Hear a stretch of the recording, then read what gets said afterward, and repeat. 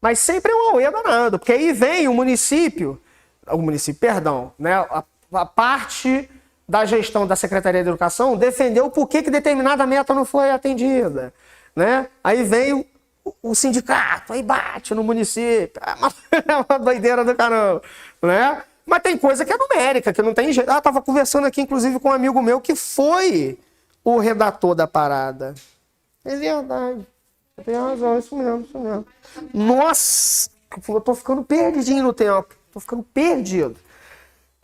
O que eu ia falar? Lembrei. Então, assim, as metas anteriores são expostas, depois vem o censo, se avalia onde atendeu, onde não atendeu. Então, por exemplo, crianças de até 14, 15 anos do nono ano, né, estão plenamente alfabetizadas, com entendimento das disciplinas dentro do seu ano curricular? Sim ou não? Tá, quem é que avalia isso? Aí você tem o censo municipal, que faz a avaliação e entrega para o executivo. O executivo envia para o conselho municipal e ali é feito esse tipo de análise, né? Da zebra. E tem que ser decimal, por quê? Lembra disso, isso é só uma dica. Por causa do censo, tá? Por causa do censo. Então, de 10 anos é um tempo razoável, né? Porque aí também você não pega única e exclusivamente só um período de um prefeito, né? Porque ele sendo prefeito, sendo reeleito, são 8 anos. Sendo 10 anos, são 2 anos ali que dentro no decurso do processo municipal, a culpa é compartilhada. Ou também, né, o mérito, né, e a virtude. Beleza? 471, o Sistema Municipal de Educação definirá políticas públicas que incrementem a gestão democrática, de acordo com as suas peculiaridades e conforme os seguintes princípios. Aí, ó. Participação dos profissionais da educação na elaboração do projeto político-pedagógico da escola, o famoso PPP. Exatamente. Projeto político-pedagógico, né? Participação das comunidades escolar e local em conselhos escolares equivalentes com o objetivo de acompanhar e colaborar para o bom nível pedagógico da escola. Porque, veja bem, às vezes, a escola, ela não pode... A escola não, perdão. A gestão da educação não pode pegar o gestor da educação e colocar numa torre de marfim. Inclusive, os próprios profissionais da educação, né? Então, por exemplo, a escola rural Salinas. Eu, chegando lá para dar aula, eu preciso aprender a dar aula lá. Eu não vou aprender aqui, eu vou aprender onde? Lá, né? Então, essa descentralização ela é fundamental, inclusive é importante vocês entenderem dessa maneira, porque isso pode vir a cair numa questão, que não é apenas o profissional que vai participar da elaboração do PPP, mas toda a comunidade, em alguma medida, é claro, né? Porque o que acontece a partir dali? Você tem o extramuros participando, a sociedade participando da elaboração daquele projeto. Por quê? Porque todo mundo vai ser impactado por aquilo, né? Então, se der errado, é coletivo. Se der certo, também.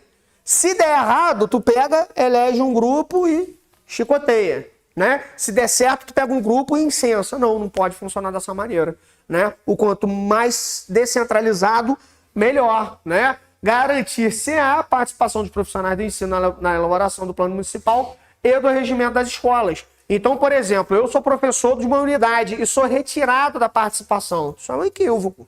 Isso é um problema, porque eu tenho que participar. Aliás, né, o profissional de sala de aula, que é o que a gente chamaria de operário de chão de fábrica, né?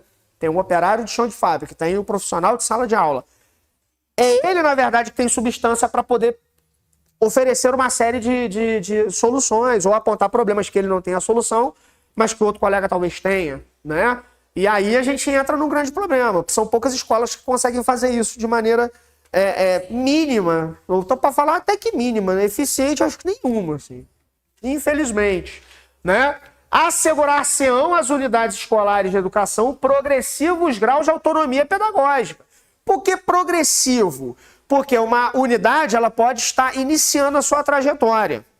Então é importante que o poder público dê a orientação dessa autonomia pedagógica, que não pode ser automática, né? Isso aí é o segredo do fracasso, inclusive. Né? Se estabelece esse progressivo para quê? Aos poucos, vá se formando ali, inclusive, e isso sim acontece em alguns lugares aqui em Friburgo, né? Em algumas escolas, que é a comunidade participar tanto que ela cria, de fato, o projeto pedagógico daquele lugar, né?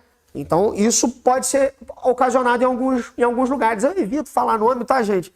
Porque estamos numa cidade, né? Estamos no município, então pessoas se conhecem, né? Então, é melhor evitar. Tanto para mérito quanto para demérito. Quando eu soltar, soltei, paciência, me processa. Mas, enquanto eu puder evitar, eu evito. O pessoal das turmas anteriores sabem disso, né? Artigo 472, a escolha dos diretores das unidades escolares municipais será efetuada por meio de eleição direta e secreta, para evitar, obviamente, qualquer tipo de perseguição àquele indivíduo que não vote, né, em um indicado ou alguém que tenha uma relação muito íntima com o gestor público, né, com o órgão municipal. É muito problemático você ter uma escola com uma direção entregue ao poder executivo de maneira muito superior, muito full, né? Então, assim, é claro que relação tem que ter, gente. É óbvio. Relação republicana, diplomática, mas não aquele atravessamento, né? Então, a gente, por exemplo, começa a perceber nos próprios índices de censo, né? Levantamentos equivocados para favorecer determinadas escolas, tá? Isso acontece. Tô atuando aqui em demérito ao município de Nova Friburgo? Não, porque isso vai acontecer em todos os municípios da Federação Brasileira, né? Então nós vamos ter, muitas vezes, um diretor de escola que vai fazer o quê? Manipulação de documento para favorecer determinado político, tá? E vai mesmo. Vai aplicar prova com gabarito para aumentar a avaliação dos seus educandos. Eu já vi isso acontecer, isso é um absurdo. Né? Isso é uma maluquice.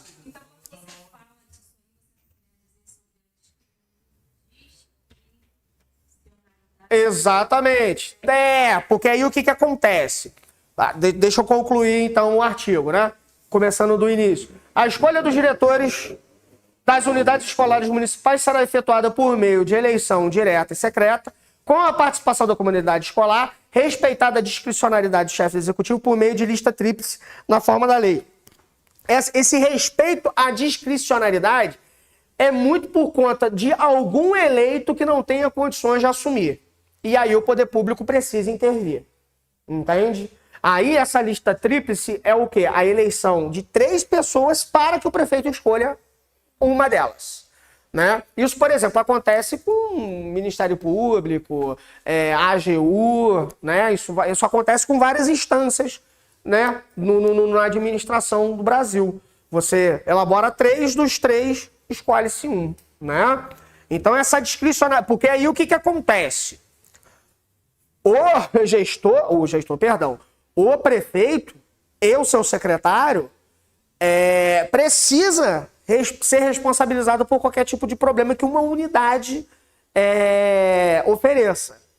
Então, essa discricionalidade, vem exatamente do dever do poder público em fiscalizar aquilo. Então, não pode ser uma comuna solta no ar. Então, uma escola, não. O prefeito ele não entra lá.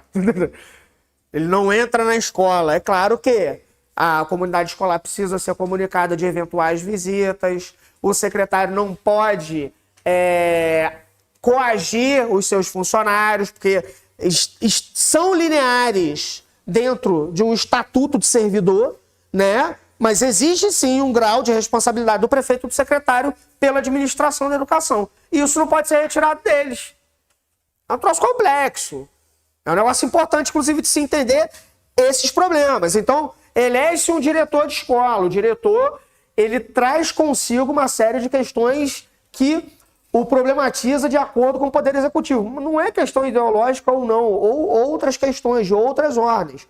O Poder Executivo deve intervir, né? Porque senão ele está sendo o quê? Condescendente com o erro. Está sendo condescendente com algo que não pode se efetivar, né? como ele também não pode ser autoritário. Então, o prefeito não pode chegar numa unidade, pronto, não, entra na sala de aula, dá licença, né? Ele não pode fazer isso. Ele tem que respeitar o trabalho do servidor, né? Então, ele é o gerente da cidade? Mas ele não é o dono, né? E nem o secretário. E nem deve se referir de qualquer maneira, de qualquer forma, né? Existe todo um rito, digamos assim, né?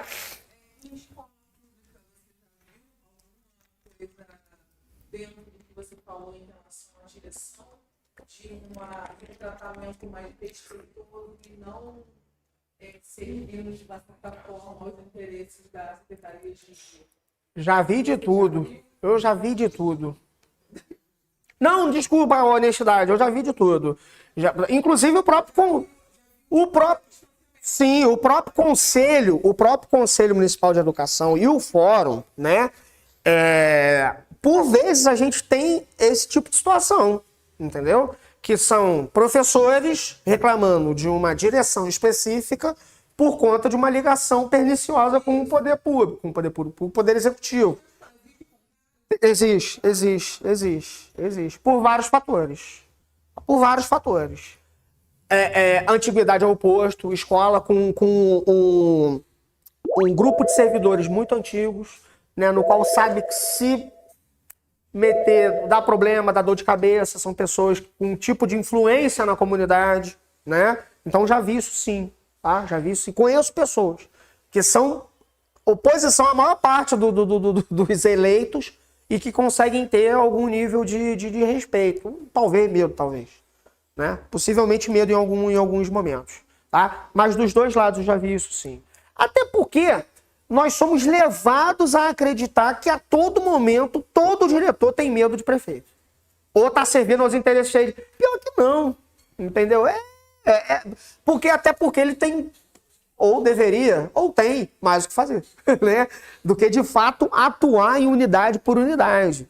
Então, por vezes, o que o Poder Executivo faz? Escolhe unidades específicas para ali impor determinada relação de poder, tá? Por vários fatores. O eleitoral é o principal deles, né? Aí tem todo o processo de manipulação de prova para aumentar. Nossa, já vi isso acontecer muito. Já vi isso acontecer, não aqui em Friburgo, tá, gente? Aliás, quando eu falo já vi isso acontecer muito, não é só aqui não, tá? Qualquer lugar, né? Porque eu falo assim, ainda vou pensar ali o Naldo, né?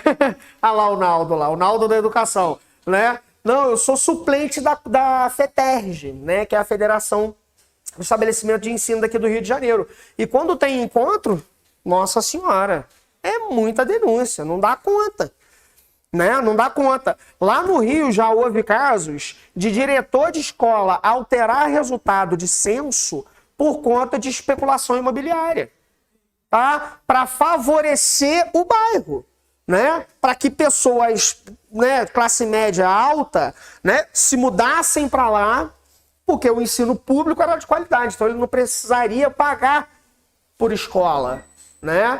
Então ele economizaria uma grana e teria uma escola pública decente, como todo brasileiro deveria ter, né? Mas o que se descobriu depois?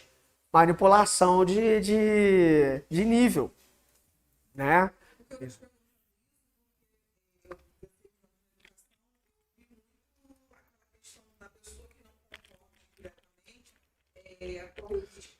no acontece muito isso. Mano, sai do Cônigo para ir para São Pedro da Serra. Uhum. E é esse tipo de manipulação que existe. Acho que esse é um... Sim, exato. Isso quando não rola a esculhambação pública do cidadão, entendeu? Através de planta boato, pois é. Planta boatinho dali, boatinho de lá. Se você contra que está lá não, tem cidade que não tem nem sindicato. E não tem sindicato porque a FETERJ não quer estimular a criação do sindicato para poder auxiliar a classe. Não, cara, é porque eles não querem, porque eles têm medo. Porque eles falam, gente, ó, se tivesse sindicato, o cara tivesse sindicalizado, já era. Né? É da merendeira. Sim, do apoio. O apoio também. O apoio, então, o apoio, ó, é o pior. Em termos de apanhar, né, do Poder Executivo. É, pois é.